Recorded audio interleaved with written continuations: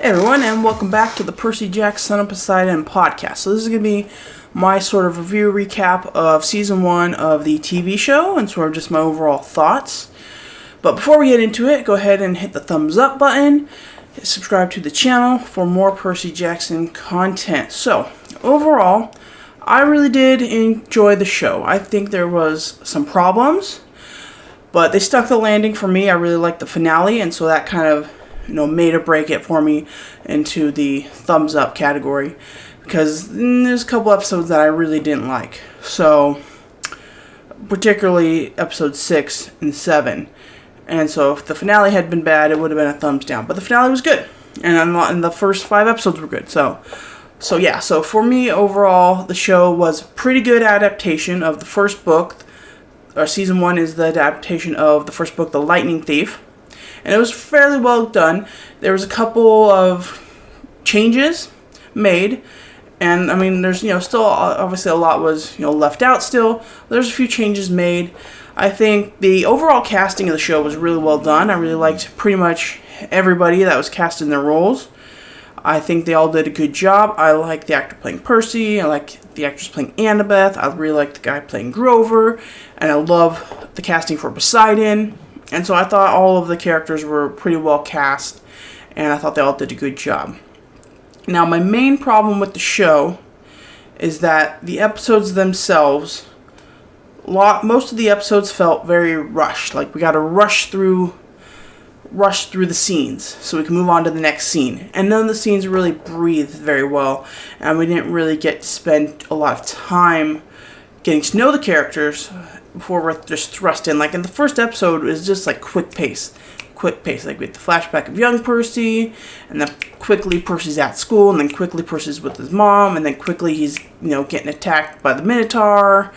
And so it's just like bam, bam, bam, bam. So I would have liked more time spent at Yancey Academy, kind of really setting up Percy as this, kid that doesn't feel like he belongs, in the normal world. Like, why is Nancy Boba Fett, throwing things at him? We could have spent a little bit more time there, kind of just getting to know Percy and Grover, and why Percy felt so betrayed by Grover, right? So, we could have spent more time there.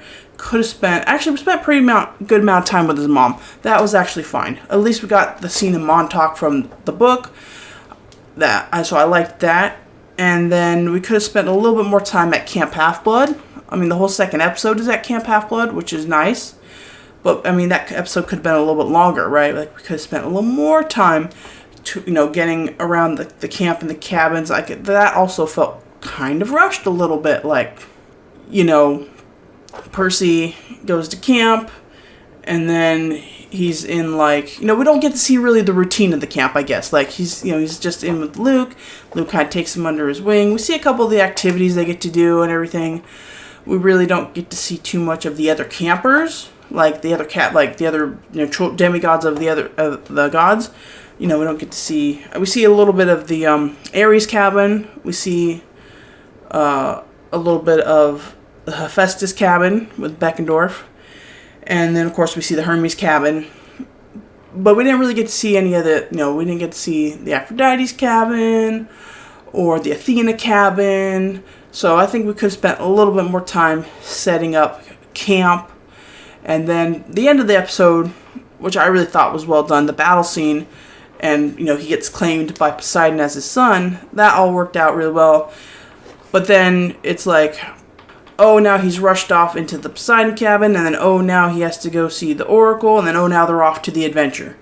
And, again, we could have spent just a little more time, what does that mean for Percy that he thinks now he knows his dad is Poseidon, right? What does that mean? Why, why is that important, right? Why is it important that he's a child of the big three? We could have just spent a little bit more time, and I think, a big problem of the show was, there's a little too much exposition and not enough showing. And I really wish we could have shown things. I really would have loved to see flashbacks of a young Annabeth and a young Luke and young Thalia, and kind of see what they were doing. That I think would have really enhanced it. We could have gotten. We just needed to show things more. Again, when we get to Medusa, right? Like, they just walk up and it's, oh, this is the lair of Medusa. And then Medusa just walks out and says, hi, I'm Medusa. And it's like, well, now you've just told us, and the whole mystery and figuring things out and seeing these young kids figure these things out, process this, and try and figure out a way to get out of it is kind of just gone. And so that's another problem. Is like they just, walk up into these things and they just know it. Like Percy walking in the seventh episode, he walks into the water mattress store, and he just says, oh, I know who you are. You're Procrustes. You're going to kill me. The waterbeds are a trap. Like, he just knows all this stuff. And again, it takes out that little bit of fun, a little bit of figuring things out, experiencing. We want to experience these things as the kids experience them. We don't want to just be told. And so that was my main problem with the show. It was too rushed, and they just sort of expositioned it instead of showed us a lot of things. So that was my main problem. And then also, I just think we didn't have any fun with a lot of it. There's a few lighthearted moments, sure, but like there's no magical whimsy. Like, I wanted this to be a little more Harry Potter, right? Like, where the kids are acting like children, and there's, magic in the background and things happening. Just to add that, little bit of fun element to it. Like, and when they're in the Tunnel of Love and they see, like, the light show on the wall, that was awesome. Like, we need more of that throughout the show. And so it just overall wasn't really fun. This version of Percy was a little too down, right? He didn't really kind of act like a kid reacting to this whole magical world around him that is new, right? And I think a good visual way of doing that could have been, like, using the mist a little bit more. Like, we see what normal people see, and then the mist goes away, and then we see what the demigods actually see. That could have been a fun visual. So, so those are my main problems with the show. A little too rushed, not enough show, and show don't tell, and then not enough sort of fun, magical elements of it. But again, I think there's a lot of stuff they did really well. I really liked bringing these monsters to life. I love, the Minotaur was well done. I loved Echidna and the Chimera. I loved Medusa. I loved Alecto, Mrs. Dodds. I thought those were all really well done. The gods I thought were really well represented, and I like that we brought in Hermes and Hephaestus in early, because they're not in the first book, really. And because we want to, sort of get them in early so that it makes sense when we see them later on, and we're going to tell the full story. So I really liked that, and there was like little changes like that. One weird thing that stood out is that scene in episode 2 where Grover goes to the woods to meet the Council of Elders, Cloven Elders, and then he runs into that wood nymph. That was really weird. It didn't pay off. It never came back to the season. And so that's kind of representative of the show. It's like, why is that there? Get rid of that. We could have spent the time elsewhere, right?